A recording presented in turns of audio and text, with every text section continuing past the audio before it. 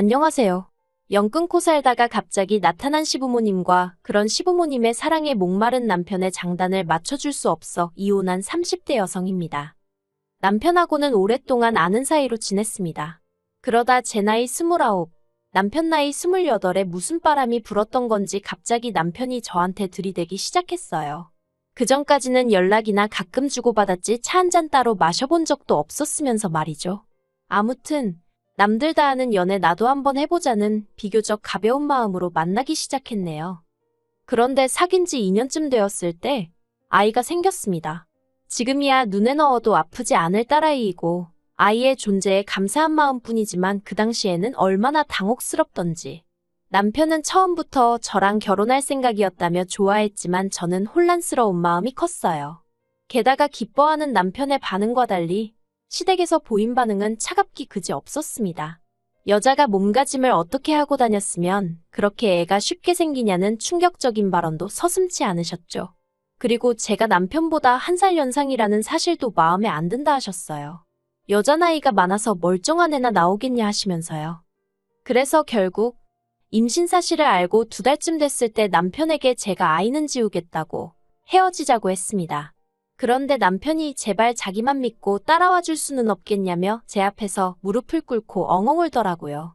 뿐만 아니라 저 몰래 친정부모님을 만나서도 자기가 지금부터 저와 뱃속의 아이를 위해서는 뭐든지 할 테니 제발 장인장모님이라도 저희 편이 되어주시면 안 되겠냐고 통사정을 하더래요. 그래서 결국 시부모님의 반대에도 불구하고 저희는 부부의 연을 맺었습니다. 참고로 어머님은 식장의 끝끝내 모습을 보이지도 않으셨고요. 그래서 이후로 한동안 시댁과는 연을 끊고 지냈습니다. 저희가 신혼여행에서 돌아와 시댁에 인사를 드리러 갔을 때도 문전박대를 하셨고 아이 출산이 임박하여 연락을 드렸을 때도 관심 없다 하셨으니까요. 그리고 매번 그런 상황을 맞닥뜨리니 어느 순간부턴 더 이상 뭘 어떻게 얼마나 노력을 해야 할지 모르겠대요. 그래서 솔직히 언젠가부턴 에라 모르겠다 될 대로 되겠지 하는 심정으로 내버려뒀습니다. 남편도 처음에는 매번 돌아오는 시부모님의 냉랭한 반응에 힘들어하는 눈치였지만 언젠가부턴 저와 마찬가지로 마음을 접은 듯 했고요. 그리고 까놓고 말해서 시부모님의 부재에도 불구하고 저희 일상에는 아무런 지장이 없었던 게 사실이에요. 게다가 친정부모님께서 아이에게 워낙 큰 사랑과 지원을 해주셔서 아이가 조부모의 사랑을 모르고 자란 것도 아니었고요. 그런데 그런 시부모님한테 연락이 온 건 저희 아이가 4살이 되던 해였습니다. 모르는 번호로 전화가 걸려와 무심코 받았는데 어머님이셨어요. 목소리 들은 지가 워낙에 오래돼 처음엔 누군지 감도 안 오대요. 그런데 어머님이 스스로 누구누구 엄마라고 소리를 빽 지르시고 나서야 아 어머님이시구나 싶었죠. 사실 살면서 어머님 아버님 생각을 많이 자주 한 것은 아니었지만 우연이라도 마주치게 되면 어떻게 첫마디를 건네야 할까 하고 이런저런 상상을 가끔 하곤 했었는데 갑자기 어머님과 이야기를 나누게 되니 그간의 생각들은 온데간데 없이 사라지고 순간 정신이 멍해지는 듯 했습니다. 하지만 이내 잘 지내셨냐 어쩐 일로 연락을 다 주셨냐 물었네요. 어머님의 목소리는 긴장은커녕 예전과 다름없이 날카롭고 냉랭했습니다. 그리고 꺼내신 첫마디가 먹고 살만하냐는 거였어요. 당시 저희 남편은 친정아버지 회사에서 일을 배우고 있었고 저는 프리랜서 작가로 일했거든요. 벌이는 둘이 먹고 사는 데는 충분한 수준이었고요. 그래서 제가 나쁘지 않아요라고 대답을 했더니 어머님은 잘났다 하시며 빈정거리시는 거예요. 정말 변한 게 하나도 없으셨지요. 그리고 며칠 뒤 어머님한테 또다시 연락이 왔습니다. 그리고 그 내용은 간단명료했어요.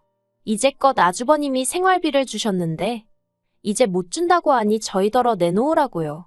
지난 몇 년 동안 형 혼자 자식 노릇하느라 고생했으니 이젠 네가 좀 해야 하지 않겠냐는 거였죠. 남편은 마음이 복잡해 보였습니다. 몇 년 만에 연락을 해온 시부모님이 고작 돈 때문에 연락을 했다는 사실에 충격을 받은 것 같기도 했고 한편으론 그런 시부모님이 안쓰러운 모양이었어요. 하지만 제가 무슨 말을 어떻게 해줘야 할지 도통 감이 오질 않았습니다. 아무 일도 없었던 듯이 어머님과 웃으며 잘 지낼 자신도 없었고 심란해하는 남편을 달래줄 만큼 제가 통이 큰 사람도 아니었거든요. 그래서 어느 쪽으로든 남편이 생각이 정리되면 말을 하겠지 하고는 기다렸어요. 그랬더니 한 일주일 만에 한다는 말이 자기도 남들처럼 지내고 싶답니다. 제가 친정 식구들과 잘 지내는 것처럼 자기도 그렇게 지내고 싶다고요. 그리고 저는 그 말이 마치 부모님 생활비를 보태드리고 싶다로 들렸던 게 사실이에요. 그래서 그러라 했습니다. 당신이 해드리고 싶은 대로 해드리라고요. 솔직히 저를 반대하시던 어머님의 표정, 말투 그리고 그날의 공기까지 잊은 줄 알았는데, 잊고 살고 있다고 생각했는데 어머님하고 통화를 하는 순간 모든 게 되살아났거든요. 그러면서 마음이 무척이나 괴로웠죠. 하지만 그런 건 저 혼자 감당하기로 하고 남편 마음이라도 편하게 해주자. 결국 그렇게 제 나름대로 남편에게 양보하고 배려를 했던 겁니다. 그래서 시댁하고 왕래를 하고 살게 된 거죠. 하지만 없는 거나 마찬가지였던 시댁이라 그런 건지 날이 갈수록 힘에 부친다는 게 어떤 건지 실감이 나더라고요.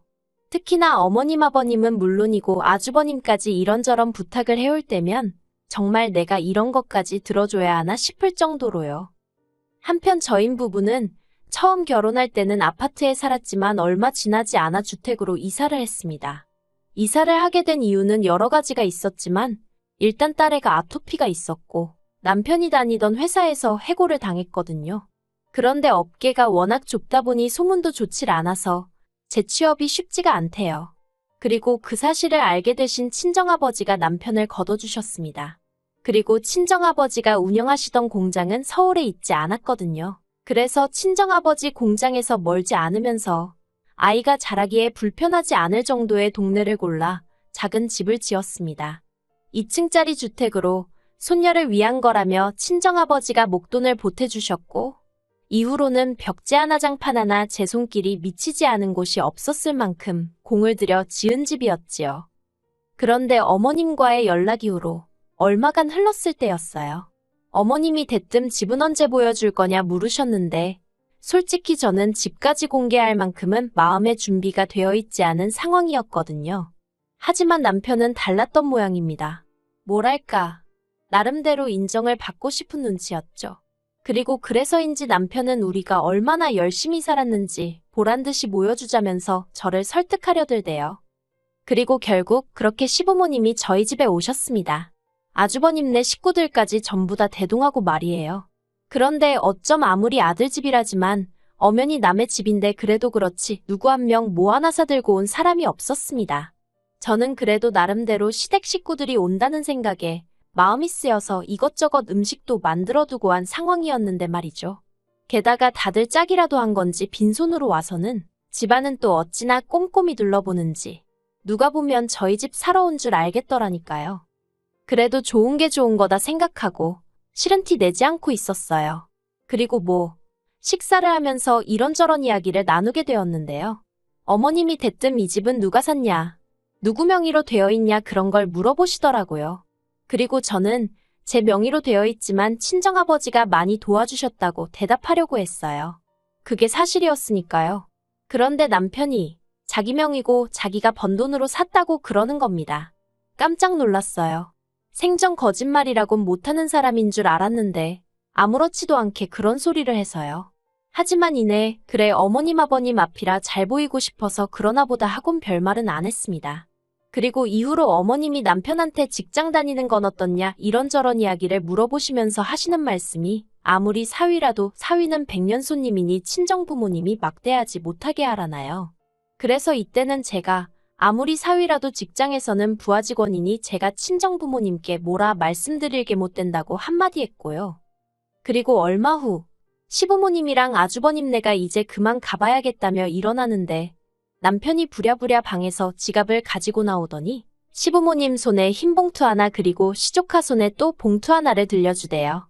저랑은 전혀 상의된 일이 아니라서 당황스러웠는데 더 당황스러웠던 건 그 자리에서 봉투를 열어보는 어머님의 모습이었습니다.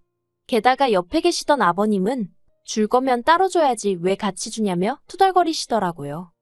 아무튼 그렇게 사람들이 돌아가고 남편한테 제가 좀 전에 있었던 일을 따졌어요. 집 명의는 왜 거짓말을 하고 돈을 드릴 생각이었으면 적어도 나랑 상의는 했어야 하는 거 아니냐 했죠.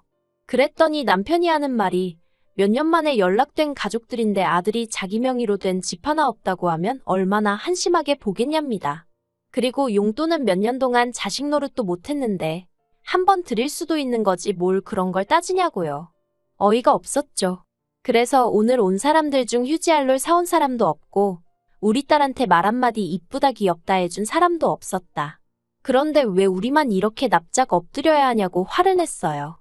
그리고 제가 남편더러 그렇게 우리 친정부모님한테 도움을 많이 받으면서도 당신이 언제 먼저 선뜻 용돈 한 번 드려봤냐 따졌습니다. 그래놓고는 시부모님한테는 그동안 뭐 자식 노릇을 못해? 당신이 우리 부모님한테는 자식 노릇한 적 있어? 하니까 자기도 좀 그랬는지 더는 말은 안 하더라고요. 그리고 그때 솔직히 왕래고나발이고 못한다고 할 걸 안 한다고 할 걸. 그런 생각이 들어서 후회를 많이 했어요.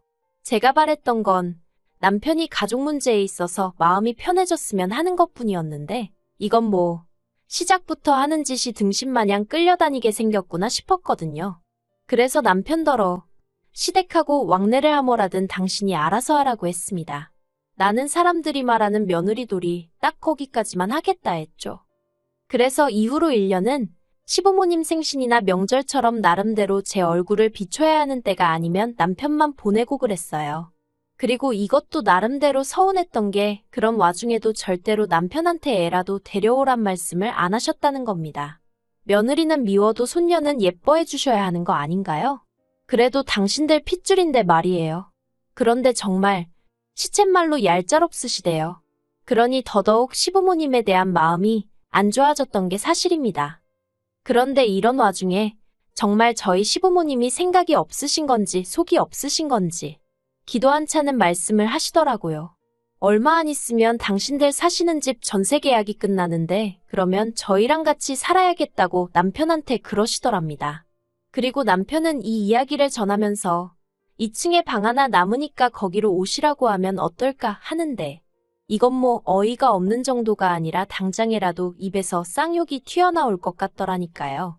그래서 제가 오시긴 어디로 쉬냐고 안 된다고 했어요. 내가 딱 기본만 하겠다고 하지 않았냐고, 그런데 무슨 앞가냐고 그렇게 못한다 했죠. 그랬더니 남편이 그러면 어떡하냐는 거예요. 시부모님은 이 집이 자기 명의로 된 자기 집인 줄 아시니까 그렇게 말씀하신 건데 거기다 대고 뭐라고 하냐면서요. 그래서 제가 잘못 말씀드렸다고 솔직히 털어놓으라 했습니다. 그때는 그냥 말이 헛나온 거고 실은 와이프 명이다. 거기다 장인어른이 엄청나게 보태주셔서 내가 말할 처지가 못 된다 하라고요. 그랬더니 남편이 저더러 정말 너무하다면서 이번에는 자기도 시부모님한테 인정 좀 받고 싶은데 그걸 안 도와주려는 거냐며 황당하고 어이가 없어서 말 한마디도 더는 섞고 싶지 않더군요. 그래서 너는 떠들어라 나는 모르겠다 하고 먼저 자리에서 일어났습니다. 그리고는 딱 한마디만 덧붙였어요. 어머님 아버님이 여기 이사 들어오시는 날이 당신이랑 나랑 이혼도장 찍는 날인 줄 알라고요. 그런데 남편은 제 말을 귓등으로 들은 건지 올 4월이었습니다. 그 무렵에는 어쩔 수 없이 일 때문에 서울에 나갔다 와야 하는 상황이 몇 번 있었거든요. 그리고 그날도 일 때문에 이른 아침부터 점심 무렵까지 서울에서 약속이 빼곡히 차 있었어요. 그래서 딸애는 전날 친정어머니께 맡기고 새벽 5시 반에 집을 나섰죠. 그런데 점심 약속이 캔슬이 되면서 생각보다 일찍 일정이 마무리되었습니다. 일에 시달려서인지 오로지 빨리 집에 가고 싶은 마음뿐이라 평소라면 바깥 구경도 할 겸 버스를 탈 건데 택시를 탔어요. 그리고 거의 집에 다 도착했을 때쯤 저는 생각지도 못한 광경을 보게 되었습니다. 집 앞에 웬 이삿짐 차량이 와 있었고 보아하니 이제 막 짐을 내리기 시작한 듯 하더라고요. 그리고 그 앞에는 뭔가를 지시하는 저희 남편과 시부모님이 계셨죠. 순간 남편과 눈이 마주쳤는데 남편이 화들짝 놀라는 게 저는 신발이 벗겨지는 줄도 모르고 뛰어가 들고 있던 핸드백으로 남편을 후려쳐버렸습니다. 그리고는 지금 이게 무슨 상황이냐고 냅다 소리를 질렀네요. 그랬더니 어머님이 제 머리채를 잡으시곤 이게 미쳤냐며 뭐하는 짓이냐입니다. 그리고 솔직히 저도 머리채가 잡혔으니 아팠을 거 아니에요. 그러니 본능적으로 어머님을 밀치듯 떼어냈어요. 그러자 이번엔 다시 남편이 저더러 진정 좀 하라며. 그래서 제가 이삿짐 센터 직원들한테 이거 지금 이 집으로 이사 들어가는 거냐니까 그렇답니다. 어이가 없어서 내가 집주인이라고 오늘 여기 이사 계획 없다고 했죠. 그러자 직원들도 분위기가 이상하단 걸 알아챘는지 어수선해지더니 그럼 이거 다 어떡하냐입니다. 그래서 가지고 온 주소로 돌려보내던지 알아서 하라고 했어요. 아무튼 내 집에는 못 들인다고요. 그리고는 남편더러 내 말이 우습냐고 했습니다. 어머님 아버님 모시고 오는 날 이혼이라고 하는 게 농담인 줄 알았냐고요. 그런데 그런 상황 속에서도 어머님은 저더러 네가 뭔데 내 아들 집에 내가 들어간다는데 난리냐며 저더러 꺼지라는 거예요. 그래서 제가 어머님더러 아드님이 말 안 하더냐고 이 집 제 집이라 했어요. 저희 친정아버지가 무지막지하게 도와주셔서 산 제 집이라고요. 그랬더니 남편이 저더러 입 조심하라면서 악을 쓰대요. 그리고는 뭐라더라. 집만 제 명의일 뿐이지 자기 지분이 왜 없냐입니다. 부부간의 명의가 무슨 소용이냐면서요. 자기도 자기 주장할 권리가 있다나 어떻다나. 말 같지도 않은 소리를 신나게 떠들더라고요.